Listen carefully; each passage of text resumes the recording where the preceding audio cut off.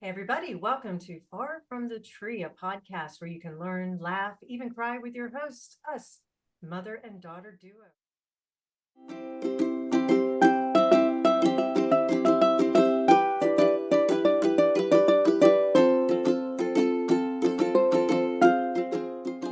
Hey everybody, welcome to Far From the Tree, a podcast where you can learn, laugh, even cry with your hosts, us, mother and daughter duo, Jamie Dawn and Tatiana Maisel.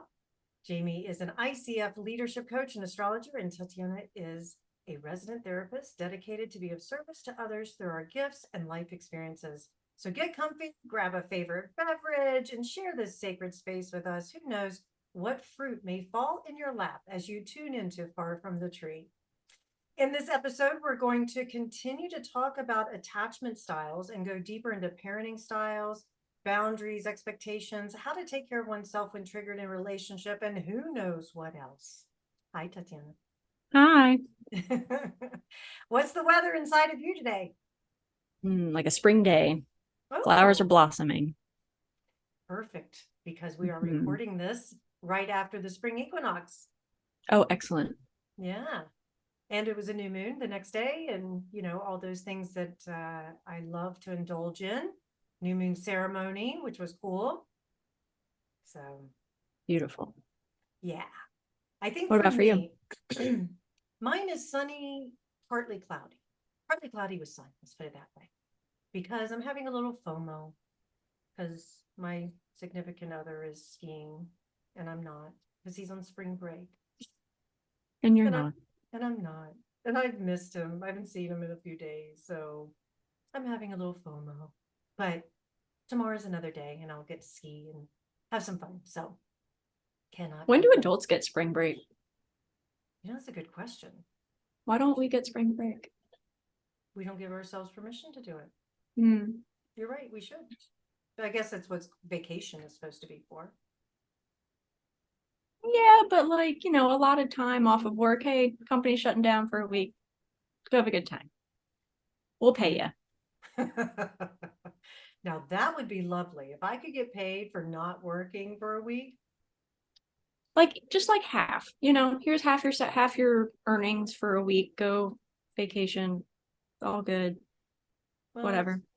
running your Wishful own thinking. business means that you got a budget for those things. And then technically you get paid while you're on vacation if you've set aside enough, Mhm. savings to compensate. So That's fair. yeah, just have to think a little differently, you know. But yeah, so here we are. We're Here we are. gonna, yeah, I'll just recap real quick. We have our attachment styles that we talked about in our last episode, Mhm. which were anxious, avoidant, secure. And we're gonna sort of carry it through, but we'll talk about parenting styles in this episode and why it's important to identify them. It all comes back to that self-awareness. The more self-aware we are, the better we can lead. Because for me, parenting is leadership. It's not necessarily a authoritarian kind of role that we play, which is one of the parenting styles. But we'll talk about that. I'll let you introduce the parenting styles. How's that? Cool. So Sounds good. Do you want to jump right in or do you yeah, want to recap? Okay, yeah. cool. Well, actually, you know what? Let's recap the attachment styles real quick. All right. So looking at anxious, we're looking at feeling disconnected from our partner, needing to feel that we are with them, almost like a clinginess. There's like this I think a lot of people can identify with like this gnawing that happens on the inside, like an aching or a longing to feel safe and comfortable and validated by our partners almost on a consistent basis in one way or another, right? And then avoidant is essentially the opposite of that, fears of intimacy and committing and needing distance and space and not always using our words to describe how we feel because feelings can be foreign. And then we have secure, which is a balance of everything, the ability to be vulnerable, to share space with our partner, to ask for and dictate when we need space using our words and our feelings, not running away from those things. It usually takes a secure person to help someone who is anxious or avoidant out of that place. They often say that anxious and avoidant should not go together because it's a very difficult blend. And of course, it's that push and pull relationship that you get. But oftentimes, they attract each other very well. It's that cat and mouse pursuer distancer type of relationship. Whereas if someone with, avoidant can partner with a secure, and anxious can partner with a secure, it'll look a whole lot different. Like, why are you not afraid of what I'm doing? Why am I not pushing you away? Why are you actually responding to my needs? This is very weird. And as we talked about in the last episode, our first relationships, whether present or absent, are with our parents.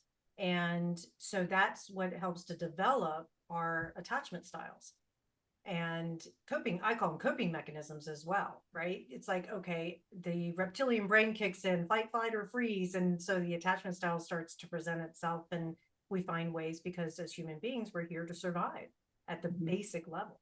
And so we need them, we need to understand them in order to respond differently. Because the other thing I'll point out too is that, and I was talking with a client the other day, and she was sharing how she noticed herself start to get pulled or slid into an old role that she would play. And she goes, but I didn't let myself go there. I recognized it, and then I chose something else. And I just went, whoop, I was celebrating, because as I said to her, I said, it's not that you're not going to get triggered. Right. It's not that you're not going to get anxious or avoidant. It's that recognizing and being able to say, wait a minute, I can choose the secure expression because I'm secure enough within myself to be able to do that. So I just want to point that out to people listening, that as human beings, we're going to get triggered, and it's okay. Without a doubt. It's okay. That doesn't mean you're doing it wrong. That just means you're being human. Correct. It's how we respond and react to it. If we have the tools to react differently, it's up to us to do so. Right. And, the unfortunate thing is a lot of people don't have the tools. So that's part of the reason why these episodes, this podcast is so important for us, is to be able to share some learnings, experiences, and resources, tools that hopefully can be used. Absolutely. Yeah. I mean, I don't know that we could ever go into the depth of all of these things, right? That's why there's experts and they write books on them. And if you want further education, you can find those things, right? This is to help create awareness, to help provide some sort of foundation or education in a sense, so that you can do further learning. It's the same as coaching or counseling or whatever, right? Like, we're going to give you something, and it's up to you to take it and do with it what you will. Absolutely. And maybe through our own experiences as mother, daughter, and sibling, and your dad, my parents, whatever, that, our stories can help the audience relate a little bit. Maybe you can find a piece of yourself in all this and how we've navigated some of our pitfalls. So, and, mentioning the attachment styles and how it starts as a child and parent relationship, there's different parenting styles. So there's 4 different ones. Tatiana, which ones? What are they? So we have authoritative, we have authoritarian, we have permissive, and we have uninvolved or neglectful. Permissive is also called indulgent, by the way. And so what those look like: authoritarian focuses on obedience and punishment over discipline. It's usually that parent that is, because I said so. But why? Because I'm your mother and I said so. I'm your father and I said so. Okay, fine. There's no explanation. It's my way or the highway, kind of a tyrant. You've got permissive or indulgent, which is there's no enforcement of the rules. Kids will be fine. It's kind of a laissez-faire kind of thing. It's like, if they're safe and they've got food and water, not hurting themselves, it's fine. I don't need to provide guidance. They'll figure it out. You've got uninvolved or neglectful, which is providing little guidance, nurturing, or attention. And these kids, they know that their parent is there physically, but they know they can't rely on them emotionally for anything. And that sort of can lead into that emotional neglect. And then you've got authoritative, which is essentially the ideal. parenting style. It creates a positive relationship and enforces rules with kids. It's the parents that when they ask questions, why is that? Why can't I do something? Well, this is why. So the parent still makes the decision, but they also inform their kid of what's going on because kids need answers. They're not asking why necessarily to be stubborn and difficult. They're asking why because they genuinely don't know. And it's your job as the parent to teach your kid. Why can't I touch this hot stove? You can. I'm advising you not to because it's probably going to hurt. And then I'm going to have to pay for, if it's really bad, a trip to the emergency room. You're not going to want that. You can touch it if you want to, though. You'll learn. But in your best interest, I'd ask you not to. Absolutely. What attachment styles might go with each one of these? That's a good question. Well, let's figure this out together. All right. So imagine while you're thinking there, an authoritarian parent would make me anxious because I would want to please that parent. I would want to have emotional connection with them. And so I would become obedient. And if I wasn't obedient, it would make me anxious if I was upsetting them. So people pleasing would lead into that. Yeah. And that's how I was raised, because my religious background, stemmed from my parents, and my father in particular, who was very authoritarian, also a military person, and it was, for him, his job was, you have to do this or you'll die, and it translated even from the religious upbringing of, you're a lonely worm, you need to accept this, or when you die, you're going to, suffer for the rest of eternity. And so, and all the songs, and it's funny because I think about the particular upbringing was Christianity and really Southern Baptist, and but all the songs that were what was that one? Obey. I'll think of it later. But anyways, it was trust and obey. That was it. Trust and obey, for there's no other way to be happy but to trust and obey. That sounds like some S&M shit. Well, it sounds like God's a dominatrix here. I got spankings too. I mean, goodness. Yeah. Okay. We're going to go down that pathway. Well, God wears many hats, don't they? Clearly, as the co-pilot. You might have to show that bumper sticker one of these days. I'll show it real quick while we're on this topic. Anyway, it's a bumper sticker that we've had for God knows how long, but it says, God was my co-pilot, but we crashed in the mountains and I had to eat him. Anyway. That's great. Yeah, Tatiana showed me that before we started recording this episode. I couldn't stop laughing. Okay, so back to the attachment styles based on parenting styles, if I can even keep a straight face. So you think authoritarian would lead to anxiousness? Because of my upbringing. Yes, I would agree with that. I also think that it's possible it could lead to avoidant because you don't want to deal with that person. Which is where I ended up when I became a young adult, because I was no longer under the rule of the authoritarian. Right. Yep. I think it really could go either way. What about neglectful?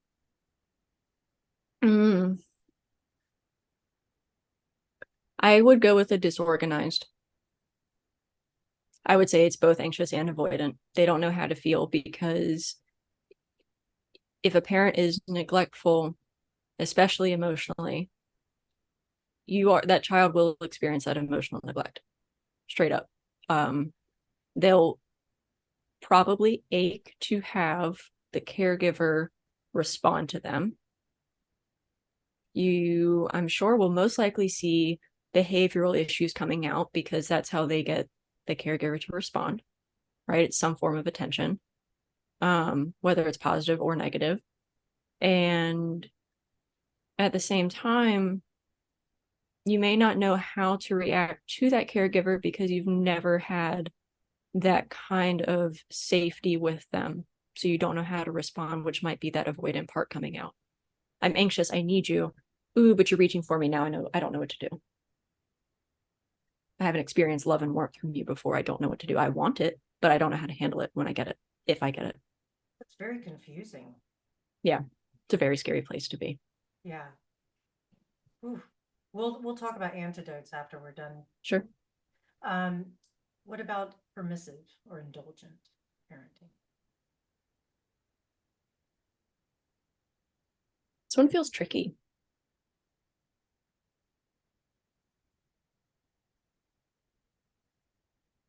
It feels tricky because it's like, you know, the parent is there. You know,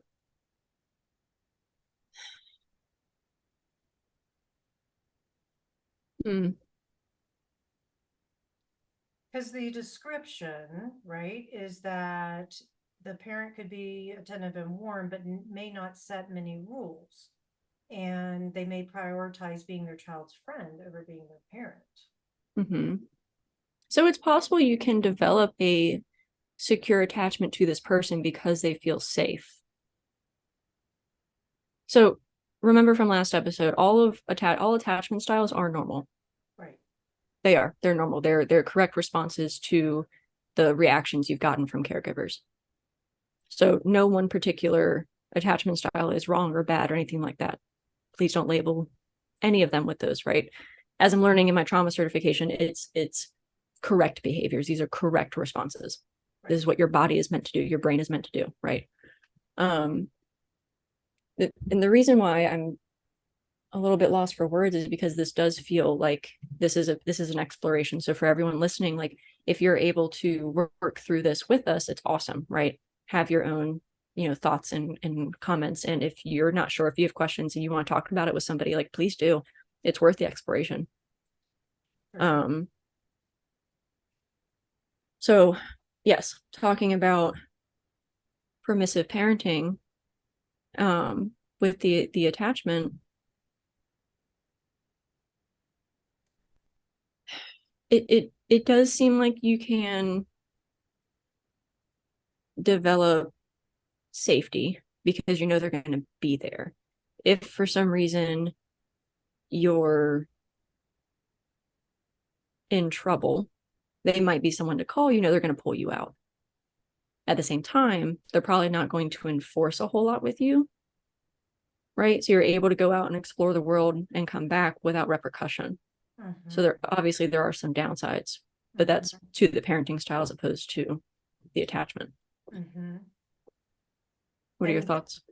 I have to agree because I I would say I was probably more of the permissive parent. Um, then I definitely was not authoritarian or Mhm. neglectful. Mm-mm. So I would say I was permissive, authoritative occasionally. I could set some rules and some boundaries, but usually they were set because I was afraid. I was feeling internally that there was something, either I wasn't doing it right as a parent because I was trying to be more like your friend, not consciously, but I was trying to be more understanding and flexible and that sort of thing. I don't know that I was overindulgent, um, but You said no quite a few times. I did, but I also allowed, I always reference back to your brother's manipulation with me. He could manipulate me to go to GameStop. I mean, I did call you out on that one time. A few times actually. Uh-huh. But I mean, he was so damn cute. Yeah. Both of you. Mhm. I mean, he Oh, also was exhausting. He would wear me wear you down, down. Yeah. you know. I'm digressing. But anyways, I Sorry, mean, like, uh, yeah, he was a great negotiator. Still is, but negotiating, reg- whole nother throwing him under the issue. bus. All right, let's get back on topic. He probably won't even listen to these Probably episodes. not. He should though. I'm going to set a boundary. Okay. Um, but yeah, I would say that for like my mom was a bit permissive. There was not a lot of boundaries with her. It was just be home before your father got home. That was pretty much the extent of boundaries. Um, and I would say that that actually triggers more avoidant for me because it didn't feel like I could express my feelings. So if With I her? would, I mean, we didn't really, I never saw my mom being overly emotional. We Mm, never really went into emotions of things. We just did a lot of things, you know? And we mhm, definitely had that friendship up until mhm. I got in trouble at 15. Sure. So, I mean, I had considered my mom one of my best friends, Mhm. up to that point. So, and it's interesting because that's when my avoidance started to kick in. Hmm. So, anyways, it's No a wonder you were interesting dreading perspective. 15 with me. Yeah, the apple doesn't fall far from the tree. That's correct. Yeah, for whatever reason, it is funny to observe all the generational dynamics, right? And these marked points, because it's like, well, I always said, if you and your brother did the same thing that I did growing up, I wasn't totally worried. You know, I snuck out of the house once and got in trouble. My mom was Yeah, me saying, too. uh-huh, exactly, at 15. Just once. No, well, got caught. Let's put it that way. Yeah, there you go. Anyways, back to the parenting styles. Hmm. Okay, It's so if we're looking at authoritative, yeah. Would I you would say say secure? I would say secure. That's my automatic thought. Um, because they set limits, they have boundaries, they give consequences, they enforce rules. At the same time, they explain things. They allow the kid to be themselves. They want to foster creativity. They want to foster individuality. They want to um, have like some form of give and take in the relationship and still maintain that sense of power, but not in a fear way. It's not a fearful kind of power setting. It's I'm the adult. I'm here to keep you safe. You don't know as much as I do about the world and how it operates right now. And so there are rules of engagement in this world. And I'm going to make sure that you follow them. Yeah, I would agree. And part of that authoritative, that's why I say I feel like I was permissive authoritative. It just depends on the age and the headspace I was in. Because remember, I was 18 when I got pregnant with you, and I mean, I was a baby Right. having a baby. So Mm-hmm. me, very young with you and your brother. So there was a lot I didn't know about myself, right? Mm-hmm. But I did develop enough self-control and self-reliance to set, some boundaries, but my belief was to give you guys the tools, not shelter you from the world, but to give you the tools to be able to navigate it based on the maturity level that you're at. So, I would say that you were, yes, more permissive with authoritative qualities comparatively. And then you look at my dad and he was certainly authoritarian. Ruled the house with a fist. I mean, I would call you at work even though he was home because I was afraid of his reaction. And then sure enough, because I did that, I would get a poor reaction, even though I probably could have asked a question and been okay. But that was that anxious style in me, was that fear. right, How are you going to react? I'm avoiding your reaction. I'm not doing it. right. Makes me feel afraid and nervous inside. Mm-hmm. See, you're right. I think that authoritarian could go either way, right? The Mm-hmm. anxious avoidant, because yeah, you avoid making a riff. You avoid engaging with the parent because you don't want to be on the receiving end of their anger or whatever. Yeah. Yeah, certainly develops a lot of hiding Mm-hmm. as well, or showing up as the good girl so that it doesn't Exactly. upset. Yeah. So you want that love and approval. It's a longing for that person and their emotional space. But if that person doesn't really have that emotional bandwidth to give it to you, you also are just like, how do I get it? That people pleasing starts to come in, that seeking Mm-hmm. approval, that external validation, that becoming more of our role self than our true self kind of space. And Mm-hmm. for those of you, so I'm referencing role self versus true self because that is an exercise in Dr. Lindsay Gibson's book, Adult Children of Emotionally Immature Parents, where you go through, it's a few sentences for each, but essentially you go through and identify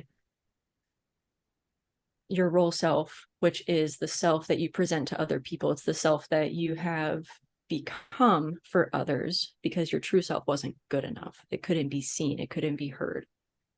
Your true self is the person you are meant to be. And of course, we want to become more of our true self than our role self. Mm-hmm. Absolutely. I love that exercise. I've used it with clients many times and it's worked. I think that it's only worked not once.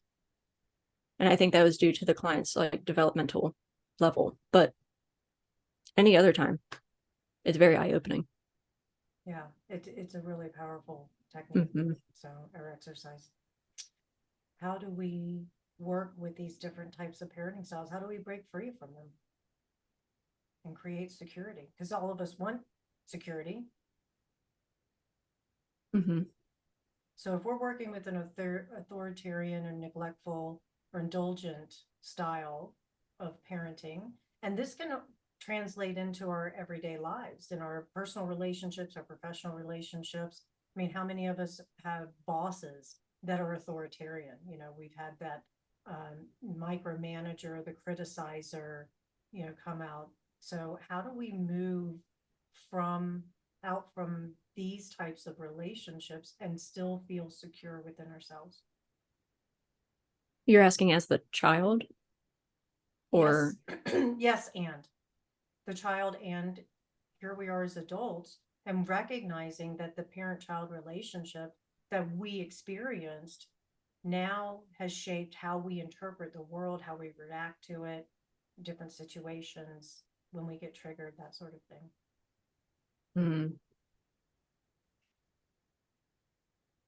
Everything takes work, right? Phil Stutz in the documentary that Jonah Hill did with him called Stutz on Netflix, highly recommend to anybody. Talks about the 3 constants in life: pain, uncertainty, and constant work. And once you recognize the parenting style that you have had placed on you, if it's, not necessarily authoritative, if you can grapple with, it just seems so multi-layered. Okay. So if you can grapple with the parenting style of your parent, recognize that they had the tools they did, and that was it. They did the best they could, and find a form of forgiveness. And man, that's a tough one. Mm-hmm. That's a different subject, but finding forgiveness for that and becoming essentially reparenting yourself. What are things I wish I had? What are things that could have been done differently? How would I talk to myself if I was my own parent? What would I want to say? Can I recognize the emotions in my parents that they may have been feeling during the times that I remember that weren't so good? Can we pull those out? Was my father's anger really anger, and was he really calling me names because he really thinks that of me, or was it because he was afraid? Maybe he had concern. Maybe he was overwhelmed and he couldn't identify those things. He couldn't say those things. So instead it comes out as a verbal tirade. But really, if we can do that for our parents, if we can go in and say, oh man, you're really hurting, you're really wounded, you're really afraid for me, but you didn't know how to say it, you didn't know how to show that to me. Oh man, that must suck. I forgive you for that. I do, because I would want my parent to say, don't run out in the street. That makes me really scared because something bad could happen to you. And I would never be able to forgive myself if I let something bad happen to you on my time. Yeah. And I'll just point out one thing that I believe very strongly is forgiveness doesn't excuse the behavior. Mm-mm, It doesn't make the behavior okay. nope. So, but what forgiveness does is it liberates the person, liberates you from being indebted, if you will, or being tied to that story. It no longer defines you. It shapes us. Our stories shape us, but we aren't bound by that behavior anymore. Right. So, Forgiveness is always for you. It's never for the other person. They don't need it, but exactly. you do. You need that closure for yourself. Exactly. That's like the Buddhist proverb that says, you know, staying angry or being bitter is like drinking poison and expecting the enemy to die. You just, Reminds me somehow of The Princess Bride. I love the Princess Bride. I know you do. Mawaj. When he's switching the drinks. Anyway. If you haven't seen that movie, definitely see it. It's an 80s movie, but it's well worth seeing. Yes. Well, something else I think that helps with moving through, I'll say moving through the different attachment styles and the different parenting styles as you go through the practice of forgiveness or self-awareness around it is boundaries. So Big time. having healthy boundaries for ourselves, and that's really what boundaries are. They're for ourselves. They're not for the other person. It's up to us to communicate it, but it's really an expression of self-love and self-care. And it's how we parent ourselves is through some boundaries. Yeah. Yeah. So again, Nedra Tawwab talks about, in her book, Set Boundaries, Find Peace, says walls are meant to keep people out. Boundaries exist to tell others how to exist in a relationship with you. What are your standards? What are you willing to deal with? What is unacceptable? So when we're talking about parenting, the things that come to mind for me about boundaries, and Nedra Tawwab, if you're listening and I'm wrong, I would love a phone call or an email. Totally cool. Correct me if I'm wrong. But I would see authoritarian as rigid boundaries, which is very strict, very like, again, because I said so, this is the way. I'm not willing to change my mind. I'm not willing to listen, very black and white thinking, all or nothing thinking. Permissive or indulgent, I would say, is porous, which would be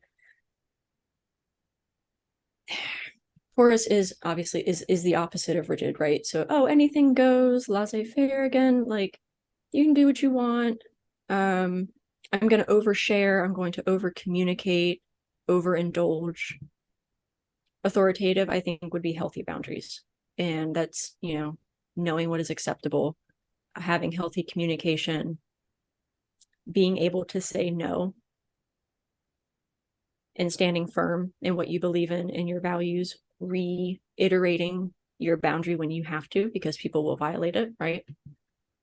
And then uninvolved or neglectful, I would see as having no boundaries. And maybe that goes into porous, but I'm not sure that these people like even care about what's going on, right? If they're not really there for their kid, do they even have boundaries for them? Not really. I wouldn't think so. Yeah. And I think also the thing with understanding these boundaries and how they translate into our say parenting ourselves, that inner child, I'll bring it to us individually, is being able to notice, am I being authoritarian with myself? Am I being neglectful with myself? Am I being too permissive with myself? And then how can I bring in that authoritative quality? And this is where that self-agency and self-awareness comes in. And so knowing, it's a great exercise when we identify the parenting style, how we were parented, then how can we parent ourselves and bring ourselves, and how many times I know I'm guilty of this. I hear a lot of my clients say it. Oh, I'm so dumb. Oh, I'm an idiot. Where does that I come hate from? that. Right? Oh, Oh, I'm that's so stupid. self-deprecating. Exactly. All that self-deprecation, authoritarian, right? Yeah, So you're worthless. exactly. Good for So, nothing. right. So how do you bring yourself out of that and say authoritatively, you know what? I made a mistake.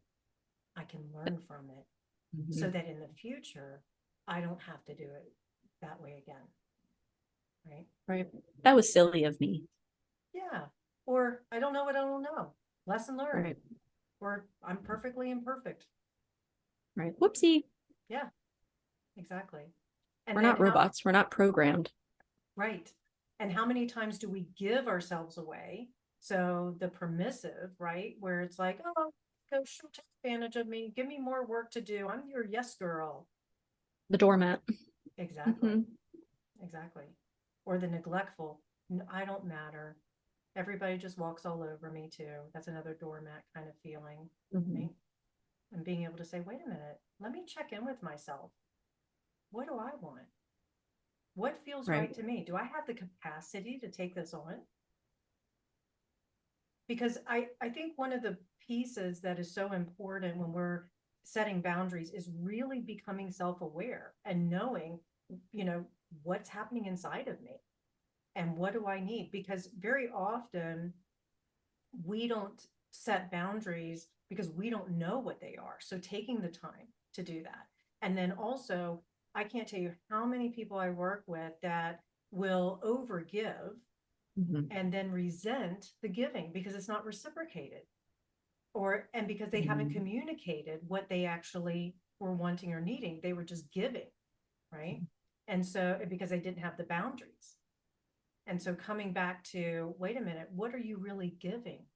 Because I equate it to the whole cup is half empty, half full kind of thing. If your cup is full and overflowing and you're giving, then people are getting all of you. They're getting the authentic you. They're giving the person who says, I have given myself first, everything I need to give. You get the benefits of that. Whereas if we're over giving and we haven't checked in with ourselves and we don't have those healthy boundaries and we haven't done the self-care and all that, they're getting sloppy seconds. They're not getting the real us, you know? Right. Can't pour from an empty cup. That's right. That's right. So I want to, yeah. I know we have a little bit of time left, but I wanted to read some things about about the parenting styles and how kids can possibly develop. And so if you are a parent, noticing your parenting styles, and if you're, you know, an adult, noticing how your parents have parented you and you see things in yourself after I read these, is worth some further exploration. So children of authoritarian parents are at higher risk of developing self-esteem problems because their opinions aren't valued. They may also become hostile or aggressive. They may often focus on the anger they feel for not living up to parental expectations. And because the parents are strict, they may also become really good liars in an effort to avoid punishment. When you look at permissive, kids who grow up with permissive parents are more likely to struggle academically. They may exhibit more behavioral problems as they don't appreciate authority and rules and have low self-esteem and may report a lot of sadness. They may also have health struggles, health problems, and be unable to care for themselves. Uninvolved parents also will have children that are likely to struggle with self-esteem, tend to perform poorly in school, and exhibit frequent behavior problems and rank low in happiness. And then when we look at authoritative, researchers have found that kids who have authoritative parents are most likely to become responsible adults who feel comfortable self-advocating and expressing their opinions and feelings. They're raised with the discipline to be happy and successful, also likely to be good at making sound decisions and evaluating safety risks on their own. Beautiful. So just a little tidbit, and this one came from Very Well Family, an article that I'd found. There's also related articles that link to it about the types of, you know, parenting approaches. But again, if any of this resonates and you're curious about it, please reach out to someone. Please do the work. Reach out to just a friend and that you trust you can process this with. You know, journaling can be a really good thing. Seeking a mental health professional can be a really good thing. Other books on parenting, on boundaries, on attachment styles can be really helpful to understand why you're feeling the way you do. I think ultimately it's more validating than anything, so that you don't feel so crazy or so left out or so behind, or, you know, your aggression makes sense. Yeah, beautiful. And, you know, I'll offer this too. If you're not sure where to start, always return home to yourself. Because unfortunately, we were taught at a very young age to receive all kinds of external validation for who we are. Am I okay? If you're happy, I'm happy then, you know? And I used to, I used to say as a mom, I'm happy if my kids are happy. And I've actually stopped saying that. I'm happy and I'm glad my kids are happy. And if they're not happy, how can I support them? That doesn't take away from my happiness, you know? And so, first and foremost, checking in with oneself. And it's not just the self, I'll use a different word. Check in with your soul, that true essence of who you are, that mysterious nature inside of you that says, when I'm most connected, I'm most alive, I feel grounded, I feel secure within myself, what's happening? And coming back to that. And what do I need in order to make that happen if that's not the case right now? And so if I was, and this is where I go into the coaching mode of asking myself those questions of like, first, what's happening inside of me? Why am I responding this way? And then what do I need now to self-soothe or to regulate? What do I need space? Do I need to connect? What seems to be missing? And I'll offer this, the place of resistance. So for me, when I'm triggered, I have a tendency to withdraw and process my internally. I don't talk to anybody or anything. I go into silence more or less, and I process internally. What I'm making a concerted effort to do is that now when I get triggered, because I'm so resistant to reaching out and doing any talking, is to talk, is to reach out. So that's another offering I'll make, is that when you check in with yourself and say, I want to shut down and I want, or the opposite, I need to verbally process and spew everything onto everybody, whatever you're resisting, try and do the opposite, or try and do what you're resisting. In other words, right? So yeah, it's almost like that behavioral activation. Oh, I don't have the motivation to do this. I don't really want to. I don't feel like it. Well, sometimes the best remedy is to do that thing, at least just a little bit of it. Right. If the task is going to take you 6 hours, maybe just do an hour, maybe just do 15 minutes. Chunk it up. Right. There's no way you're going to get a 15-hour training done in one day. Absolutely not. That's exhausting. Right. But you can do that over the course of a week or two. Yep. Exactly. Oh, such rich, fertile ground. I know we could keep going on it. We go totally good. And I mean, it's a podcast that we could continue and on, and who knows, we just might touch in on it in future podcasts. But our next one, we're going to be talking about disconnecting from DNA and what that means when a parent-child relationship must change or end. You want to give the quote? No, I want to save it. Okay, we're going to save it. Tune in to our next episode of this parent-child's mini series with myself, Jamie Dawn, and Tatiana Maisel. That's me. Yep. And you can find me at jamiedawn.com. And where can I find you, T? You can find me at Pathways Family and Community Services if you're in the state of Virginia and seeking a counselor and I resonate with you. You can find plenty of other counselors on therapist.com. You can find them on psychology.com, psychologytoday.com, excuse me. If you're a person of color, there are plenty of new websites coming out. I will actually compile a list of those so I can have them at the ready next time, so I can give all of those to you as well. Fantastic. Good to see you, my darling daughter. I love you. I love you. Have a great day, everybody. Bye, y'all.